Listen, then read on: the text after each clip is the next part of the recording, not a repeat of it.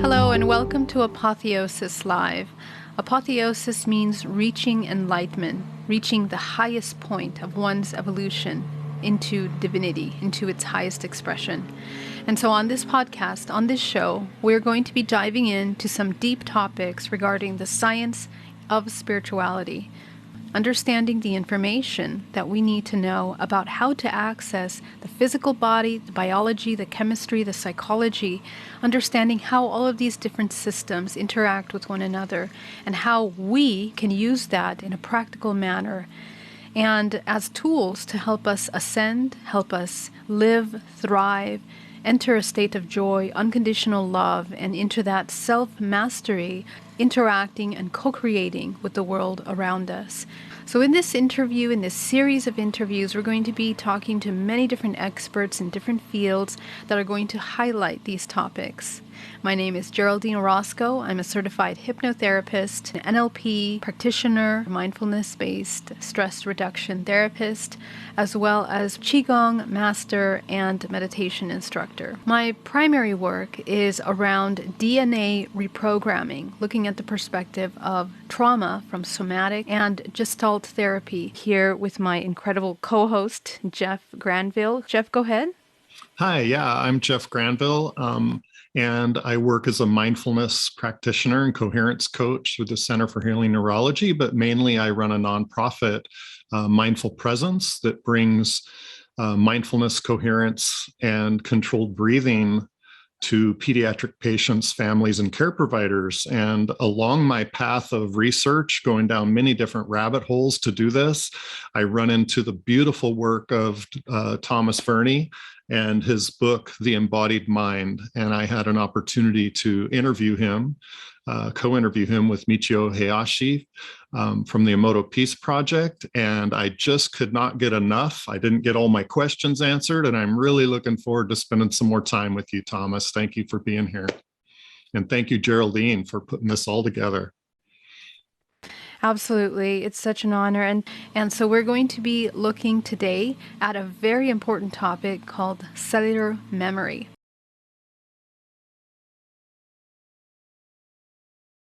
Dr. Thomas Verny is a psychiatrist, writer, lecturer, and academic. He has previously taught at Harvard University, University of Toronto, York University, St.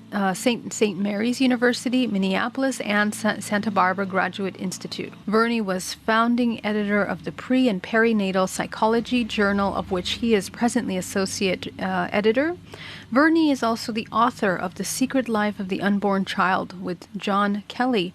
In total, he has written 8 books, including the recently published The Embodied Mind, which has over 47 scientific papers. In 2004, Mothering magazine, in recognition of Verny's contributions to the field of parenting and child rearing, named him one of their living treasures that he is. In 2005, the Santa Barbara Graduate Institute bestowed on Verny a doctorate of humane letters, that's DHL. He is a community-based psychiatrist in Stratford, Ontario, Canada. And it is such a pleasure to have him on here today. Thomas, I'm just going to allow you to just jump in. Can you tell us a little bit about how you got into your work? Primarily, how did you discover prenatal consciousness, psychology, and cellular memory? So you were asking about how I got into this whole area. Well, I'm a psychiatrist. And as a psychiatrist, I've always been interested in memory, because one of the first things you ask a patient who comes in is, how long have you had this problem, and how did it start, and where did it start? And then you start looking into their family relationships, and then you look into their birth relationships. And so very early on, in my career, I had a patient who, while discussing his dream, suddenly started crying like a little baby. And he continued like that. I did not interrupt him for about 10 minutes. And then he, might say, came out of it I asked him what happened. He said he had just found himself in a crib, and he was lonely, and he was crying for his mother. And then, being a somewhat skeptical young lawyer, he said to me, you know, there's something wrong with this picture, because I have actually seen photographs of myself as a baby in a crib, and that crib was white. But just now, a minute ago, I saw myself in a blue crib. So I'm just wondering what's going on here. So I said to him, go home, speak to your mother, and perhaps she can help you with this mystery. So he did. And the following week, he returned to my office and he said, you know, this is quite amazing, but it seems that when I was born, my parents did not have enough money to buy me a crib, and they borrowed a crib from a relative, and that crib was white. And sorry. That crib was, well, let's see. What did I tell you? What did he dream? In the book, it's blue. Blue. It's blue, Okay. yeah. Okay. So that crib was blue. And only after 2 or 3 months, they bought me my own crib, which was white. And that's where all the pictures were taken. So I thought about that a little bit. But, you know, I was rather well educated. I attended the University of Toronto. I attended Harvard. So I was always taught that children before the age of 2 or 3 don't remember anything. So this is impossible. It could not happen. And so I put it out of my mind. But then as time went on, I had more and more patients and other experiences which pointed to the fact that children actually did remember what happened to them before the age of 2.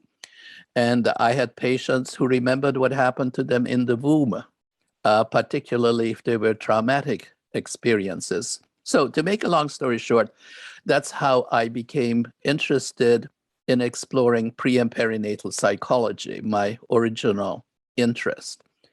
And then about 7 years ago, I came across this report about a 44-year-old Frenchman having problems with his legs, went to the hospital, had a medical workup, and they also did a scan of his head, and they discovered that he had hardly any brain tissue. He had just a very small crescent of brain tissue, and the rest was all water. In other words, he had hydrocephalus. And this man was a married man with 2 children. He was employed as a civil servant and otherwise acting totally normally. Well, that really piqued my interest. And so I started looking into the literature to see whether there were any other reports of people with hydrocephalus who function normally. And I found that there were many, many reports in the literature, both on children and adults who, for one reason or another, had some of their brain tissue removed, and also people with hydrocephalus who acted quite normally. So at that point, I thought, well, how is this possible? And I read all kinds of explanations about neuroplasticity, which is sort of the go-to sort of hypothesis of neuroscientists at the moment. Just like when your doctor doesn't know what's wrong with you, he will probably say, well, it must be a virus. When in doubt, blame a virus. So same thing here. It just didn't make sense. And I thought there must be a backup system in the body that explains the fact that this 44-year-old man and other people like him can act normally. And so that's when I really started looking into the body as a backup system. And I did that for 7 years. Very, very hard work. I wouldn't want to do it again. And I put together, my hypothesis, supported by more than 5,000 references, of which 500 are actually mentioned in my book, The Embodied Mind, to support this new hypothesis of the body-mind. Mm-hmm. Yeah, beautifully stated. And I just want to start out, Thomas, and tell you, as I did before, that this new idea, this new understanding of yours is absolutely paradigm shifting for the entire medical, psychological communities. And I want to go back to the book you wrote 40 years ago, The Secret Life of the Unborn Child, because we're talking 40 years ago. Yes. And the new work and research that others do, but mainly your own book, the new book, Embodied Mind, which I just love. Thank you. I reference it all the time in my work, throughout my day. I reference you all the time. And it's extremely important for what we do with somatic trauma release, to understand how it happens in the first place. And I want to go back and say, if the global consciousness had the information from your book, The Secret Life of the Unborn Child, instantaneously, we would have at least 2 generations of humans that would make this world a completely different place. Because understanding that a child can pick up subconscious programs in utero is something nobody believed in just a few years ago. So then we take that same importance now with your book, The Embodied Mind, and we need to make this common knowledge. We need to bring this into mainstream. And that's why I use it all the time, because it's paradigm shifting. In a conversation with a patient, when I bring up something about cellular memory and cellular awareness, and your perfect design is in the quantum field of your heart, those are paradigm shifting thoughts that you can bring real science to. And you're the one who did the research and backed it up and brought that forward for all of us. So I am just so grateful. And I love the friendship we've made, and that you think of me and send me things to look at all the time. I just want to really thank you for your work. I'm more than happy, because like you and like Geraldine, we recognize, the 3 of us, and hopefully thousands of other people, recognize the fact that the world is in pretty bad shape right now. And if we don't do something to improve humanity, we are going down the rabbit hole into some kind of a very destructive future. Oh, absolutely. Yeah. And, one of the things that you said about trauma, you just mentioned trauma briefly. I just want to point out, you guys are in California? Yeah. I'm in California. Jeff is up in Seattle. Seattle. Close. Steve Cole, who is a professor of medicine at UCLA, has written a lot about self-regulation. And it's one of the things that I emphasize in my book, is the tremendous power that our mind has on our bodies. And so, if you can tell people who are suffering, whether it's trauma or other psychiatric disturbances, that they do have the tools to change for the better, and that their mind can do it, and that people all over the world have done it, and you can do it too. This is one of the primary messages that I'm trying to put across. That's fantastic. Dr. Verny, One of the things, I'm a hypnotherapist and a somatic therapist as well. And what I discovered in my own personal healing was that that memories, just like you were saying, were becoming uncovered just as you go back to these memories and following the emotion to the root cause, the root event where we first believe we experienced that. Well, I discovered that I was uncovering memories of myself as a child and even in the womb. And with my clients every single day, we are discovering in the womb the emotions of the mother, of the father, and how they have played such an impactful role in the development and perception of the person. And so what I would love to ask you is, you showed this incredible video about in the womb, when there was an argument, the child literally flinched. Yes. That is such a powerful video. My God. Yes. Can you explain, please, how does this happen? And what's happening to the child in that environment, in the fetus? How does the fetus absorb this information? All right. Yeah, that is a very powerful video. It was made in Italy by one of our sister organizations. And, you know, people for a long time, scientists taught us that children in the womb can't hear anything because, firstly, they are surrounded by the amniotic fluid. Then they are inside the womb, which is a muscular structure. Then there is the abdominal wall. So by the time any sound can get in, it's lost. Well, this is simply not true. First of all, water is actually a better conductor of sound than is air.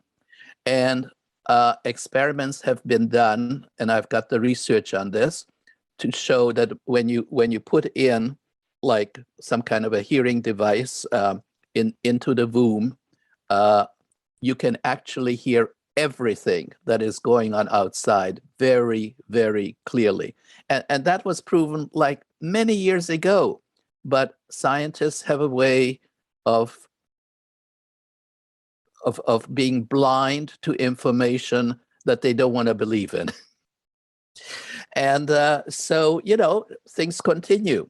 The other thing, of course, is that, again, neurologists and other scientists believed for a long time that because the large tracts of nerves are not myelinated, and myelin is a thin sheet of fatty tissue which sort of insulates the large nerve tracts. Because they are not myelinated until the age of 6, children could hardly remember anything. And again, this is not true. It has been shown, again, many years ago. This is not new stuff. It has been shown many years ago that myelin is important in terms of speed of conduction. So it increases the speed of conduction. But when you have a tiny little baby as big as my hand, speed is really not a problem. You can get, you know, one stimulus from one end of a nerve tract to the other in milliseconds. So you don't need a lot of speed. So that's number 2. And number 3 was that even if the child can hear, and even if it goes into the brain, the child will not remember because the brain structures are not fully developed. Again, not true, not true. And we have some very, very interesting research to show that, for example, when children are being played a certain tune over and over again, when they are born, they will recognize it. They will recognize words. They will recognize stories. There is no doubt that from the end of the 2nd trimester, so after 6 months after conception, the baby can remember a lot. Okay, I don't know how much, but it can remember. It can remember. So yes, all of that has been proven now. And so that brings us back to, well, what does it mean? Okay, what does it mean for future? Well, what it means is that don't argue and don't yell when you are carrying a baby in your womb. And perhaps even more importantly, in terms of my new book, what we have proven now is that how parents live will affect their children, even before conception. So if a father smokes, for example, before conception, and then he conceives with his wife or partner a child, that child is going to be affected by the fact that the father smoked. And there are studies in my book which go back 4 generations to show that what happens 4 generations back will be pushed forward into the 4th generation. So children, grandchildren, great-grandchildren will all be affected. And so what is the significance of that? It means that if you want to have children, you better live a good life, a healthy life, both emotionally and physically.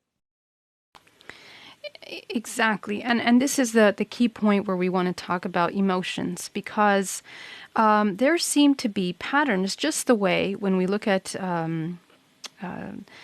how illnesses are brought down genetically through the family. But as we are learning with epigenetics, we're not married to our genes, but also emotional patterns. Trauma is also brought down. Is that right, Dr. Verny? Can you Absolutely.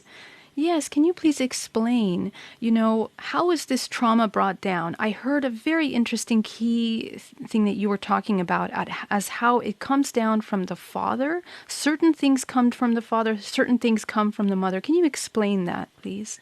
This is very much a work in progress. So I don't want anybody who is listening to believe that this is the final word on it. We are just, diving into it, as you said at the beginning. We are just beginning to explore this whole area, and hopefully my book is going to motivate other scientists to do more research in this area. Because one of the problems with science has been a kind of cubbyholing. If you're a cardiologist, you only look at the heart. If you're a neurologist, you only look at the brain. And what we need is people who look at the whole body, brain, neck, torso, everything. Sorry, what was your question? I got lost. No, the question was, how does the emotional trauma pass down to the fetus? Yeah. Yes. Well, I think it's probably passed down by both mother and father. In the past, it was believed that the only thing that the father passes is his sperm, and in the sperm, his DNA, RNA, and that sort of stuff. Nowadays, and the same as the mother in the ovum, nowadays we know that it's much, much more complicated than that. And I think this is a little bit difficult to explain on radio because I think you really need diagrams for this, but I will try my best. One of the things that is passed down, we have learned in the father's sperm, are microRNAs. So it's not just DNA and RNA, but microRNAs. And then also there is a substance called vesicles. And vesicles are in the sperm, and they also contain other substances which will pass on certain information and data to the child that is being conceived. So it is believed at the moment that it is in the father's sperm that much of his stress and trauma is being passed on to the child. And there were some very interesting experiments done, for example, on fathers who were put under a great deal of stress and compared with controls who were unstressed. And the results clearly indicated that the stress was being passed on to mice or rats or whatever animals they were working on. So there's no doubt about that. And of course, what is in some ways even more important, I think, from a mental health standpoint, is the fact that if stress is being passed on, which now we know for sure there's no doubt about that. But in addition to stress, are there other health problems being passed on, which could be medical, physical, diabetes, anything like that, high blood pressure, cardiac problems, and or could there be fears, anxieties, things of that nature being passed on? And I hope to do more research on that in the future. But I think that's a really interesting question. Absolutely, Jeff. Yeah. Beautifully stated. And I wanted to say too that I've read in your book, and we've talked, and I've also read it in Dan Siegel's book, in Mindsight, that social and environmental influences are passed on epigenetically in the womb. Say if the family is first two children, they have money and plenty of food.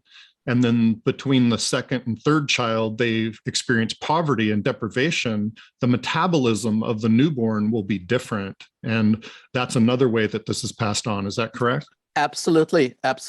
Yes. Yeah, you're very right. And I've come across one research where they were comparing children coming from economically disadvantaged families as opposed to better off families.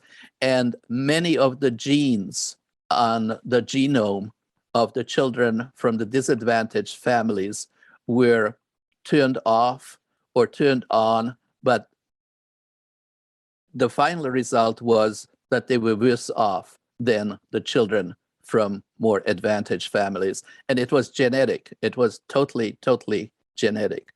And so, and like you said, Geraldine, and also Jeff, it's epigenetic, because we know that genes don't change. What changes is their expression, in other words, their activity.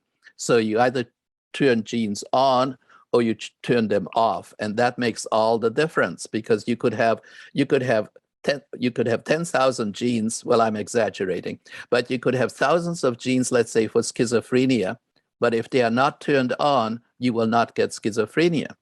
So it all depends on the environment, on the way the children are being brought up, on millions of factors.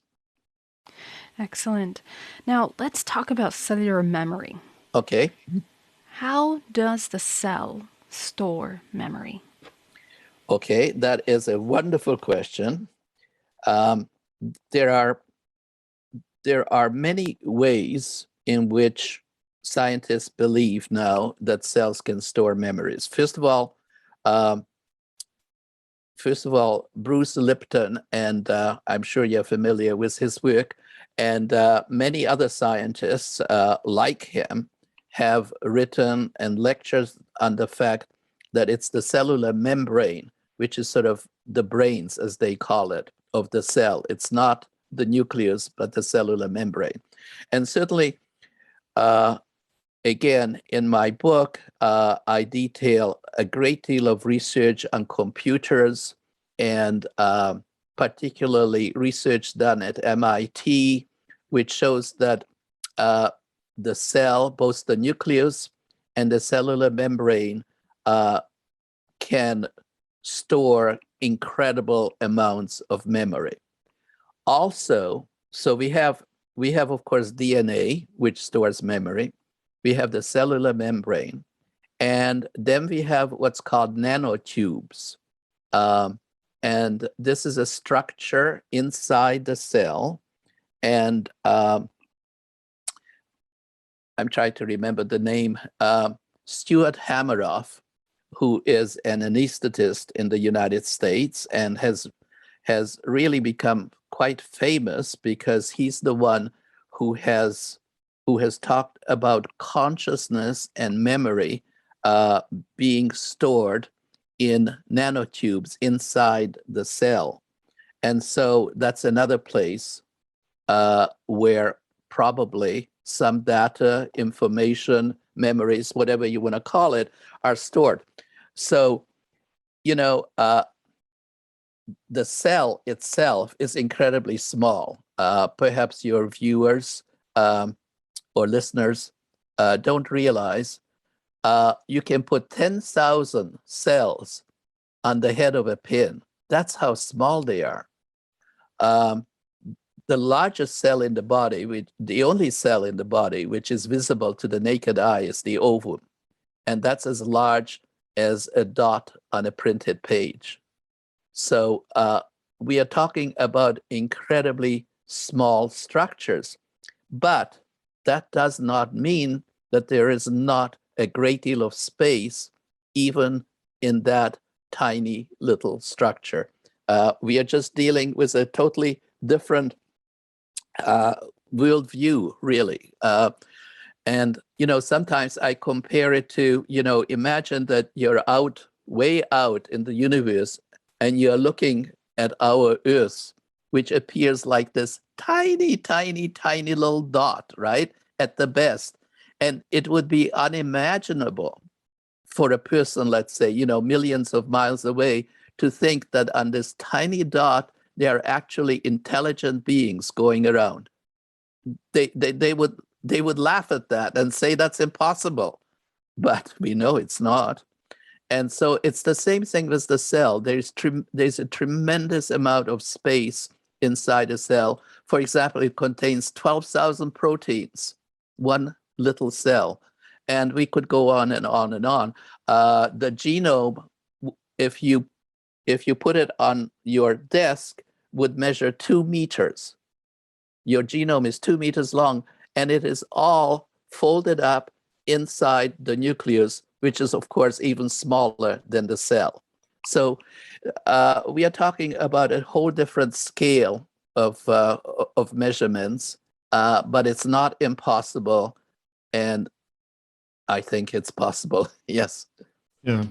Yeah. One of the things I want to add to that is we're not talking about just memory stored in cell, but we're talking about cellular consciousness and awareness and how they communicate with each other. And that is just absolutely fascinating to me. Like you say, 10,000 cells on the head of a pin and 12,000 proteins within the cell and the organ, everything that happens, the channels, the gates, everything that happens in a cell. But each individual cell has awareness and communicates with each other. And can you talk about that a bit? Well, especially because they are connected.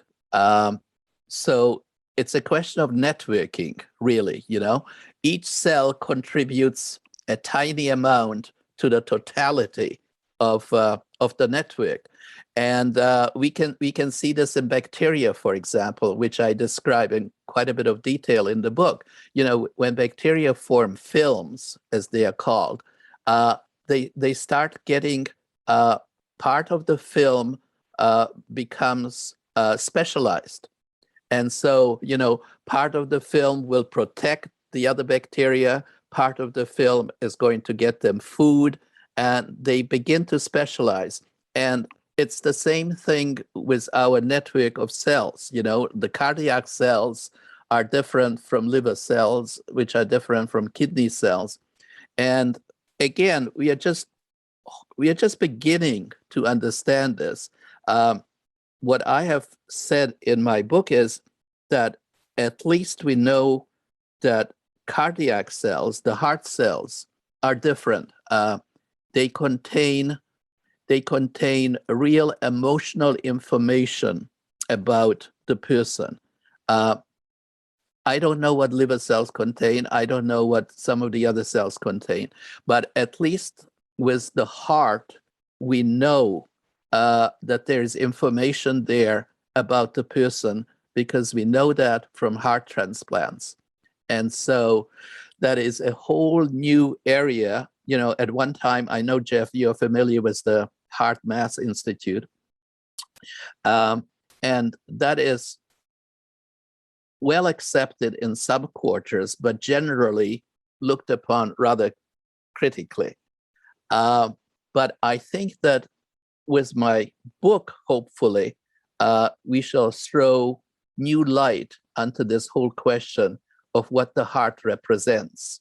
And, you know, in answer, Geraldine, to your question about cellular consciousness, I don't think it's too far-fetched to say that if bacteria seem to be able to make choices, and if cells are able, for example, to help another cell who is in trouble, who is in some way diseased, and they try to send good substances to heal the cell that is sick, I don't think it's too far-fetched to say that cells have a certain degree of consciousness. I mean, I don't say that it's the same consciousness as you and I have, but it certainly is on a more primitive level, a certain degree of consciousness. Yes.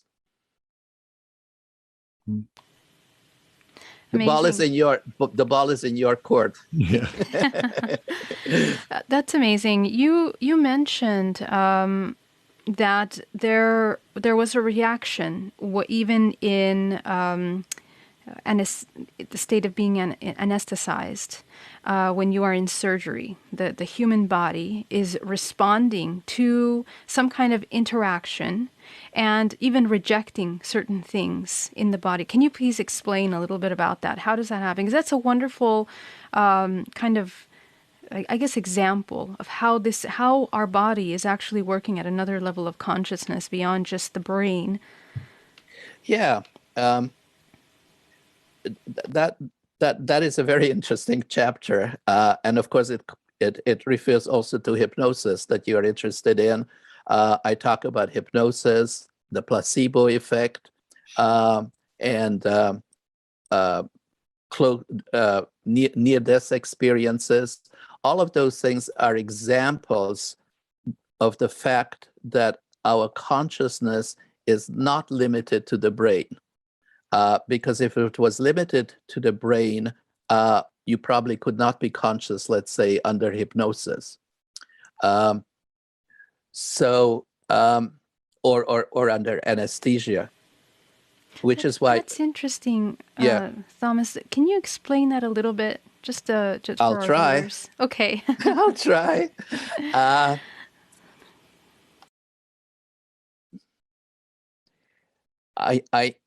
The fact that people do respond, let's say you're under the general anesthetic, when you come out of it, you will not remember anything, right? And you don't feel any pain while you're under anesthesia. But should, someone say, "Oops, I think I just nicked her artery," that person is going to go into a very traumatic reaction. Okay, no doubt about it. People have seen that in operating rooms. It's proven. There's no discussion about that. There's no controversy. We know it happens. So how can it happen? Well, because our bodies and brains, the totality of who we are, is always listening. It's always listening. Just like that baby in the video that you referred to a little while ago is listening. Just because it's in the womb doesn't mean that it's dead, right? Hopefully. As long as it's alive, it's listening, and it is processing the information that's coming in, and it will have a reaction to it if it feels endangered.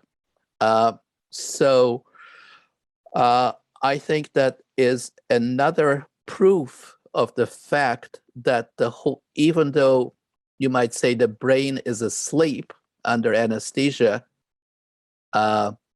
our consciousness is not, our mind is not asleep. Our mind is not asleep. And if I can say a few more things about that, what I find so interesting about the mind is that you and I, all of us, can be of two minds at the same time. I'm sure everybody has experienced that, when I'm thinking, let's say, of writing a letter, and my first impulse is to be aggressive and mean because I'm really upset. And then there's a voice in the back of my brain that says, "Hey, Thomas, that may not be such a good idea. Perhaps you should not be writing such a negative letter. Well, where's that coming from? Where are these two voices coming from? And what about, when you have multiple personalities, in some cases up to 5 personalities, and when electroencephalograms are done, as have been done on multiple personalities, they will find that each personality has a different electroencephalogram. So, it's a mystery, right? The only way you can explain it, I think, is by saying that the mind is not just a function of the brain, a lot of neuroscientists think of the brain the way they think of a kidney. The kidney makes urine. The bile ducts make bile, things like that. And the brain makes the mind. Well, that is just simply not feasible. It's not possible. There is more to the mind than the brain. And of course, you can go spiritual and you can go religious and you can go in many different directions on this. But I will go as far as to say that the mind is more than the brain. It does depend on the brain. The brain is important.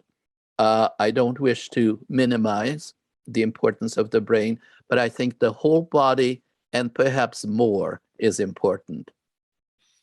Yeah, that's becoming more and more obvious. I mean, when you think of your book, The Embodied Mind, speaks of it's a mind throughout the body. It's not just in the cranium part of the brain. And, right. And Dan Siegel in his book, Mindsight, he's a leader in his field as well. And, yes. And for him to come out and say that, what I got out of it, he doesn't say these words, but the brain is like the body of the octopus, and there's tentacles all the way through the body. And there's connective tissue throughout the body. In the fascia, the living matrix that communicates on a solid state basis back and forth through the body. And you also talked about levels of consciousness, how, your conscious mind can be disengaged during anesthesia, but your autonomic consciousness records everything. And in your book, you talk about William Reich and his research, where every sound and every smell and everything is recorded during surgery that shows and that we have different levels of consciousness. And just like you said, each cell might have a little piece of consciousness, but together, because it's a fractal universe. We have what we do on a micro scale, we also do on a macro scale and everywhere in between.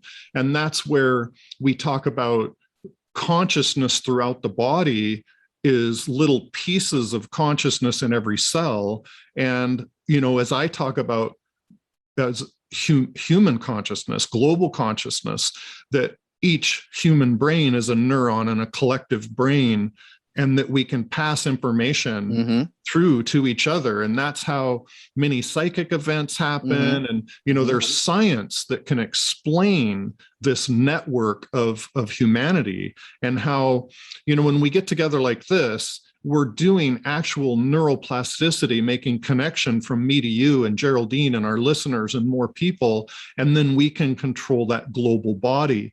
So I think that's an important view. And just having science and the medical industry accept the fact that the brain is more than, or the mind is more than just the brain and the skull, is the first step. But, and it goes back to your discussion. You talked about heart math, and then we talk about heart transplants and how cellular memory can be passed from the donor to the recipient. Right.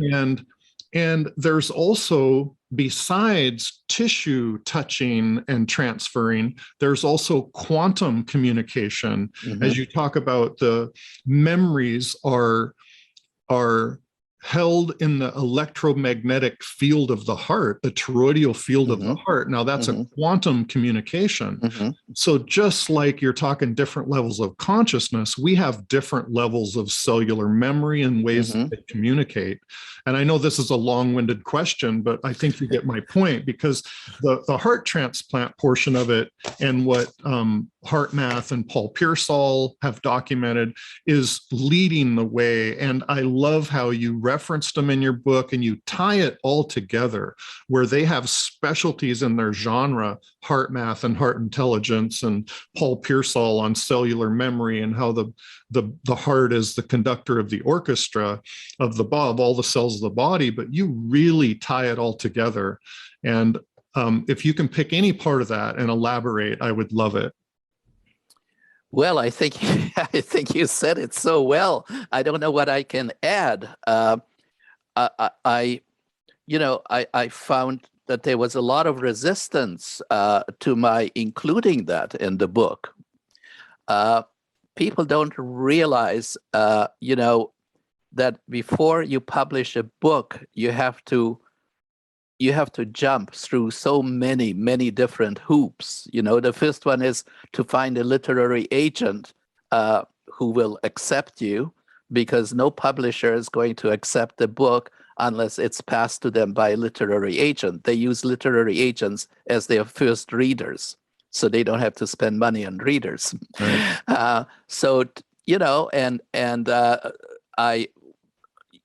I passed my book to several literary agents, and one of them said, if you're going to write about heart transplants, forget it. No publisher is going to publish this. This is hogwash. It's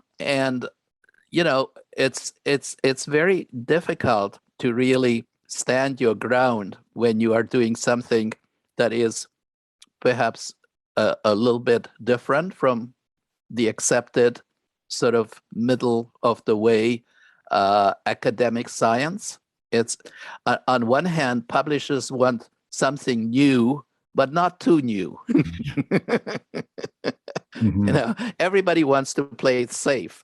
Yeah. So, when you are writing a book like I have tried to do, which is paradigm shifting, it's not easy to find a publisher, and I'm so grateful to Pegasus because they have done a wonderful job on this book. Yeah. And so I just wanted to say that, that it's difficult to write about things that are going contrary to the accepted wisdom of the age. Yeah. It's a little bit difficult. But coming back to what you were saying, and I think you said it so well, I don't know whether I can add anything. Well, I think you did. I don't want to interrupt, but No, you're not. I think you picked the perfect thing to talk about specifically, because it segues into my next thought. Okay. My next question is that as hard as it is for you to write something paradigm shifting and have it be accepted, what patients are experiencing with cellular memory on heart transplants and dreams that are not theirs and feelings that are not theirs because they've been denerved. They try to come forward and explain it to their doctor in the mainstream medicine, and they give them psychotropic drugs because they think it's a reaction to their immune suppression drugs. Or the trauma of the surgery and the operation, and they're upset and they're anxious, and give them a good diagnosis and send them away. Right. Well, that leads us back, because one of the things that I teach is that self-awareness, raising your conscious awareness, can lead to self-regulation. Yes. And that leads to resiliency and health. Wonderful. Okay? So if the medical profession is standing in the way of our self-awareness and how we can self-regulate, then they're keeping us from health and resiliency. Yeah. And another place where the medical profession is standing in the way is to accept the importance of the gut microbiome. Okay? Exactly. Because almost every day I read in some of the research that I'm reading how the gut microbiome affects everything, okay? Not just our health, but just yesterday, for example, you have an increase in cancer if you have the wrong bacteria in your gut. And so, you know, people are looking for cancer cures and they don't see the thing that's right in front of their noses, which is the microbiome, you know? And the average person, even scientists, don't recognize the fact we have 5 pounds, 2.2 kilograms of viruses and bacteria that we carry in our gut. And they produce all kinds of substances, including serotonin, for example, which is very important for mood regulation. So here are, you know, pharmaceutical companies producing drugs which are supposed to affect the serotonin in the brain, and they don't look at the serotonin that is naturally being produced in the gut. So by raising awareness of the medical profession and the pharmacology industry and many others to the fact that we are all connected, it's all one system. Don't treat the brain alone just because someone has Alzheimer's, let's say, or developing Alzheimer's. Again, there's a lot of research that, for example, connects deterioration of neurons in the brain with heart disease. And so it has been known for a long time, but nobody has done anything about it. It has been known for a long time that people with heart disease have higher rates of Alzheimer's disease than others. Why should that be? Well, let's start looking into it. Exactly. Dr. Verny, I also want to talk, and I want to ask you to please explain for the audience stress. You know, you talk about stress and how we go through this cycle of chemicals in the body that are being produced as a result of stress. You explained it so wonderfully in one of your lectures. Would you kindly explain that for our listeners so that they can understand the impact of stress in the entire system? Because it really is more than just emotions. It really is chemical responses that result in stress and many other things. Like you're saying, all of these symptom, aspects, individual aspects are really affecting the behavior, the emotions. So many things are being affected by it. Can you please explain that? Well, stress really, really creates an incredible amount of disease and death in the long run. And the problem with stress is that the causes of stress can be either outside, you know, you're crossing the street, suddenly a truck is coming your way, you get frightened, you start running, you're under stress. But that's acute stress and it's temporal, doesn't last very long. Chronic stress can be caused by the illness of your mother or father, for example, or unemployment, or any of those things. So you could be under chronic stress. But what is important about us humans is that we can create our own stress by thinking about stressful events. So for example, if you are worrying about losing your job, you could be thinking about that all the time, hours after hours after hours. And that creates just as much stress as if you were crossing the street and a truck was coming against you, because our thoughts have that kind of power. So what then stress produces are stress hormones.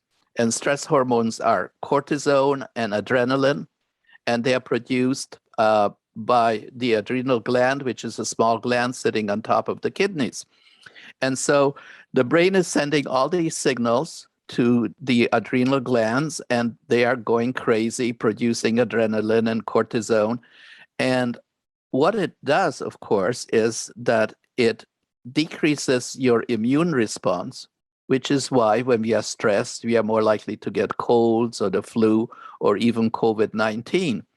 So it decreases your stress response. And in terms of pregnancy, which is, you know, what I'm always concerned about, in terms of pregnancy, what stress does is that the adrenaline and cortisol, they prepare you for a fight or flight response. And so if you're in a fight or flight response, you want to have strong arms and strong legs in order to run and to fight, right? Well, that's all very well and good, but what it also does, in order to get your arms and legs stronger, it sends more blood to the arteries of the muscles that supply the arms and the legs. And in order to get that blood to these new areas, the muscles in the legs and the arms, adrenaline takes blood away from the internal organs, like the gut, which is also okay. But what is not okay for a pregnant woman is that it takes the blood away from the uterus, which then means that the baby is not getting enough nutrients and it's not getting enough oxygen. So this is very bad. Stress is really, really, really bad for pregnant women carrying a baby in their wombs. For the rest of us, of course, it gradually depletes our immune system.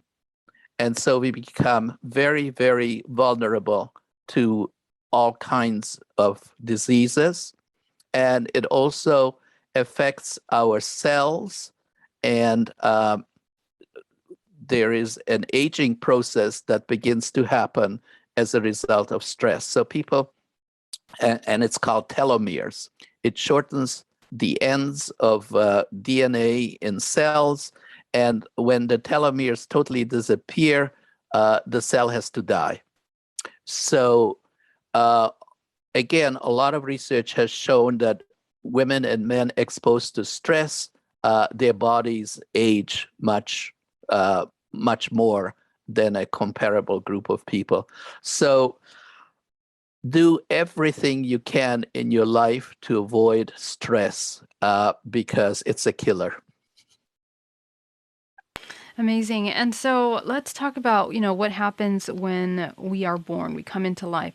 How can we help the child that is now coming into the world as a result of these traumatic experiences and upbringings balance out their perception, their emotions in order to have a healthy life? Well, all your questions are great, but this one is excellent. There's a lot you can do. Well, first of all, try to hold a child to your chest. Don't send the child away into some kind of another room where unknown people to the child are going to look after it. What we all have to realize is that the child that has spent 9 months in the mother's womb, that child knows the mother intrinsically. She knows her smell. She or he knows the food that she eats. And when the child is taken out of that world that he or she has known all their lives, 9 months, it is like you going to sleep in California one night and waking up in Moscow the next morning. It's a whole different world. And naturally, that child would be upset. And we have to recognize that. We have to recognize the fact that that child, the only world that child knows is his mother. And to be taken away from that mother is traumatic, no matter how you slice it. So I would certainly like to see all children all babies, newborns, room in with their mothers rather than being taken into the nursery. I would certainly encourage the mother to hold the baby to her breast, to breastfeed the baby, to talk to the baby. Very, very important. Tell the baby how much you love her. Very, very important. Have the father present, if possible. Have him talk to the baby. Don't ever allow anybody to say negative things to the baby. Like, don't say things like, oh my God, her hair looks terrible. Anything like that. Do not, because that baby is going to remember it. The other thing that we have to remember, since we are talking about childbirth, there are many places, particularly in South America, where if you are well off, you go into a private hospital and you have a cesarean section, because that's de rigueur. That's what rich people do. They have cesarean sections. They don't deliver like peasants do, okay? That's for lower class people. So in some places like Brazil, for example, or Argentina or Chile, where I have lectured frequently, some hospitals have 80% of their births are C-sections. This is horrible, horrible, horrible.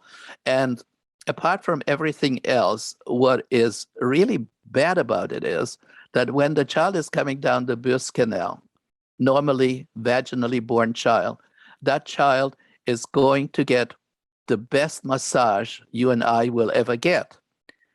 Therefore, it has a good idea of its body boundaries because it has been touched all over. Sorry about that.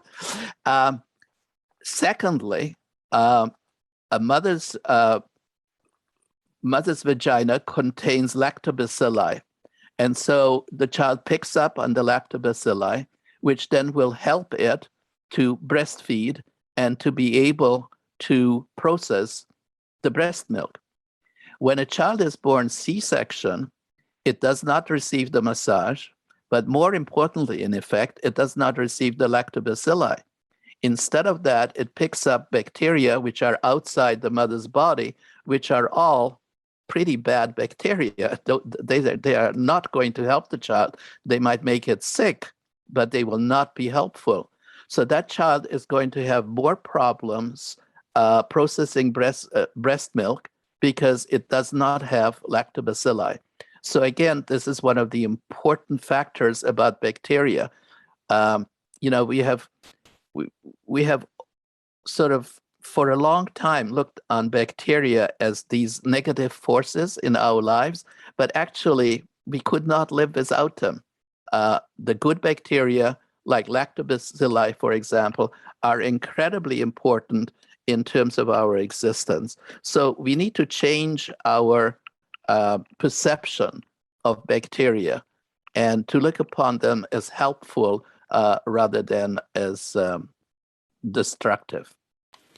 Beautiful. Thank you so much for sharing that with us. It's so important. So let's take it to the next part. I mean, as a psychiatrist, you've worked many years with many clients, and also many practitioners are working with this somatic trauma in helping reintegrate the fragments that are created from this trauma. So when we're talking about healing and, as adults, when we go back to these memories, how do you suggest is the best way for us to begin to heal from the trauma that has occurred either in the womb or through our entire life, really? Because what I've noticed is that they become patterns of behaviors and programs that we're kind of living out and cycling through over and over again. How can we begin to help ourselves from that? Well, the first thing to do, of course, to realize that you have a problem here. A lot of people are blind to that. A lot of people say, what, me, worry? No, I'm fine. I cry every night, but who cares? So to recognize that they have a problem is where we start. And one of the things that I have learned in many years of doing psychotherapy is that there is no one way which helps everybody, okay? You have these hundreds, probably hundreds of different ways of psychotherapy. There's Gestalt and primal and psychoanalytic and God knows, goes on forever. Jungian psychology, Freudian psychology. You have to, and you can't do the work yourself. I think that if you have a serious problem, if you have had serious problems in your childhood or in your present, it's really good to discuss it with a stranger, because there are certain things you can say to a stranger that you cannot say to a friend, and certainly not to a parent or a partner. So when it comes to selecting a person who is going to help you, it's helpful to talk to friends and see whether perhaps they have seen someone that they could recommend, because the chances are that you and your friend are on somewhat similar wavelengths. And if that counselor, let's say, has helped Peter, your friend, he or she may be able to help you. And then you have to seek out someone who is not who is not wedded to a particular view, okay? Because if you go, like they say, you know, if you have a hammer, every problem becomes a nail. And if you're a psychoanalyst, then and if you're a Freudian psychoanalyst, then, you know, all your problems fall into, you know, some kind of a narrow way of viewing the unconscious and the conscious and ego and id and superego and all those things. So it's important to see someone who is not totally committed to just doing one thing, okay? Like I would never go to someone who is just a neurolinguist or something like that, because it's just too narrow. Go to someone who has a broad view of psychopathology and who is kind and interested and a good person. I think those things matter more than your education. You know, whether you've got a degree from Harvard or Columbia or whatever, doesn't really matter. What matters is the personality of the person that is going to counsel you. And then if he or she does not help you in, let's say, 6 sessions, then move on. Yeah, very good information. And it's something that everybody should feel comfortable in seeking out help. And I think this makes it very, very clear that, you know, even the best marriage counselors get divorces and surgeons don't operate on themselves. So people shouldn't try to heal themselves. And I want to tie in something from your book, from the Secret of the Unborn Child, Secret Life of the Unborn Child. Yes, is that 2 of the most important things for a child's health and security is the coherent rhythm of the maternal heartbeat and her desire to have the baby. Yes. So yes. If you are separating the child from the mother right after birth, it's not going to feel that desire to be with you. If you're going to put it in a nursery to cry itself to sleep instead of bed sharing, and like you said, you hold the child to the chest and that feels that coherent heartbeat. And I tie it into heart math because they talk about heart coherence, how you can have your own coherence, but you can also have mutual coherence, and how breath work can sync your heart rhythm together, your autonomic swing, and have that sense of coherence.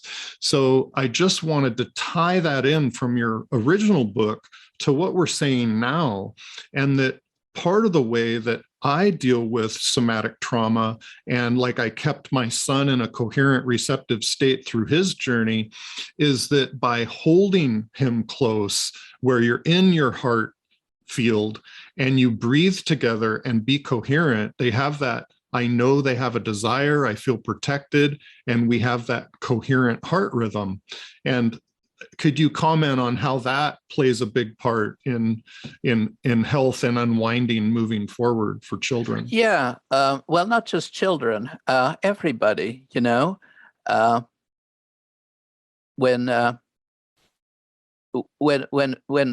adults, when 2 people are really in sync, you know, the expression is their heartbeats, their heart beat together, like they're in the same. They synchronize. Our brains also synchronize. If probably we would have electroencephalograms, EEGs done right now, probably the 3 of us would be on a very similar kind of brain waves, right? So I think there is quite a bit of research being done now on friendships and attachment and bonding and groupthink, where both heart rate and brains synchronize when people are of the same mind, so to speak. So I think that biology, in other words, what's happening in the brain, what's happening in the heart, what's happening in the body, biology supports our psychological observations, which were much easier to do in the past than to do the biological research. But now biology and psychology are coming together, I think, and showing us that when people think alike, or when they get along very well, when there's a friendship building, that it's really on a biological level. It's not just the psychology, which you can observe, but also what's going on inside the cells that you can't observe, but it is going on. And I just want to mention one study, perhaps, which is one of my absolute favorites, if I may, which has to do with the African and European bees that you may remember from my book. Absolutely, It's by Gene Robinson, professor at the University of Illinois. And he has done this incredible study, which I think is just so wonderful and so unique. And for your listeners, what he did was he took 250 newborn bees from one hive, which was the African hive, which was much more aggressive than the European hive of bees, and he transported them and put them into the European hive. And then he took 250 little bees just born and put them in from the Europeans and put them into the Africans, and from the Africans into the Europeans. This is called cross-fostering study. And what he observed was that within days, the bees that were taken from the more quiet European beehive and put into the African beehive became just as aggressive as the rest of the bees in the beehive, which is psychological. On a biological level, he also observed that their gene expression changed, and that genes that made them more aggressive were activated, and the genes that made them less aggressive were deactivated. And a similar thing happened to the other bees. The originally aggressive ones in the European hive became much calmer, much less aggressive, and their genes also changed in terms of their expression. And I think this is an incredibly important study, because one of the things that I think it implies is some understanding of what happens in mobs of people, you know? If you look at January the 6th in Washington, you know, and you have a mob of people who, I mean, you know, all you have to do is look at the video, you know, just went wild. They were like those aggressive African bees. And I don't think that every person in that group started being aggressive. I think it was the group pressure that changed the expression of their genes, and all of them became really mean, aggressive people. So here, you know, what Siegel talks about in terms of social influences, yes, but I'm also taking it a step further to show that it's not just on a social, psychological level, but it's really happening biologically on a genetic level. Fantastic. So you're literally saying that it happens in vivo. Yes. which is the most incredible thing. So, which means that the opposite can also happen. Yes. That we come into coherence when we come into meditation, for example. Yes. So this is amazing. Now, yes, and if I can just add to that. Yes. And, you had a question about psychotherapy before and trauma. That's one of the things that happens that is positive, when a person is sitting with a man like Jeff Granville or with a woman like you, Geraldine, then there is a certain calmness that is communicated to them. And they are able to shift their mood into that and acquire it and absorb it and change in a positive way as a result of that. Yeah. And I say, I love that. Thank you so much. Because one of the things I say is, just like fear is contagious or a virus is contagious, so is coherence. Yes. And calm and love. Yes. Those are choices we make, and we can become it, we can embody it, and we can be contagious in a good way. Yeah. Amen. Amen. Now we should finish on that. Exactly. We have a couple audience questions that I think are really, really interesting. All right. And one of them is about Alzheimer or memory loss. Do we really lose our memory? Dr. Verny, what happens? Well, at the moment, the answer is it seems that way, but in the long run, maybe not. Because if my theory is correct about the body sort of providing us with a backup system, then those memories are not lost. They are just not accessible. And there's a difference between loss and accessibility.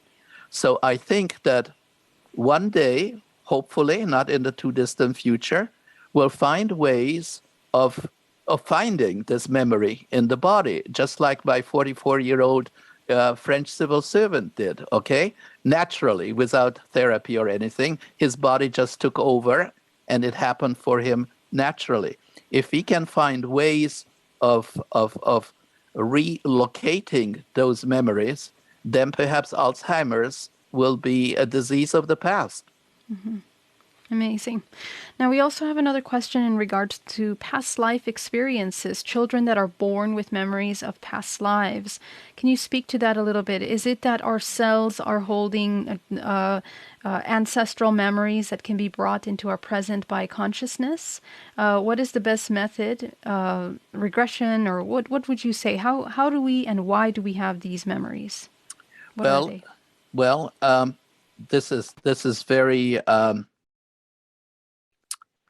it's certainly scientifically not accepted. Scientists don't accept that, but you and I know that doesn't mean very much. There are lots of things that scientists did not accept in the past and have been proven wrong, including the genome, for example, where 95% of the genome is taken up by what they called non-coding proteins, and therefore scientists considered it junk. They call it junk protein. Now we know that they are terribly important, that they are the switches which switch the 5% of the genome, which is actually only genes. They switch the genes on or off. So it's not junk. So in terms of past memories, I'm trying to remember the name. Is it Living? Stevenson, yes. Professor Stevenson wrote something like 5 books at his university. I'm sorry, I forgot which university that is, but it's some university in the United States which published his books. And he had something like 500 cases of children who seemed to remember past lives. And of those, he selected 30, which seemed most convincing, and he investigated those, and he took them to villages which they had never seen but described as saying that this is where I came from, and everything that they said proved to be correct. Now, there is no explanation for this. And like I say, most sort of academics will dispute this, but there's a lot of proof in that. And I think it's a little bit about heart. It's a little bit like heart transplants, because academic scientists, classically trained scientists, do not believe in it and put it down and are critical of it. The public at large will desist from saying anything about it because they will be called stupid or ignorant or naive or whatever. And it's the same thing with scientists. Like if you want to, get ahead at a university, you're not going to say that you believe in heart transplants, and you're not going to say you believe in past lives, because that will end your career at that university.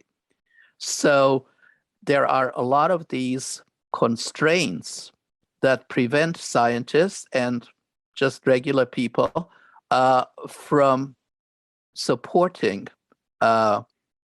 topics such as past lives and topics such as change of personality due to heart transplants. Those are pretty controversial issues. But my own opinion is that, yes, there probably is a good case could be made for recalling past lives. And again, it's for, just because not everybody does or does not, doesn't mean anything, because we are all different, Some of us have musical abilities and some of us don't. Some of us are fantastic artists and some don't. That doesn't mean that art does not exist. Just because I'm not an artist and I can't draw a person doesn't mean that other people can't do that. And so I think it's the same thing with past lives or heart transplants. Some people have the ability to remember.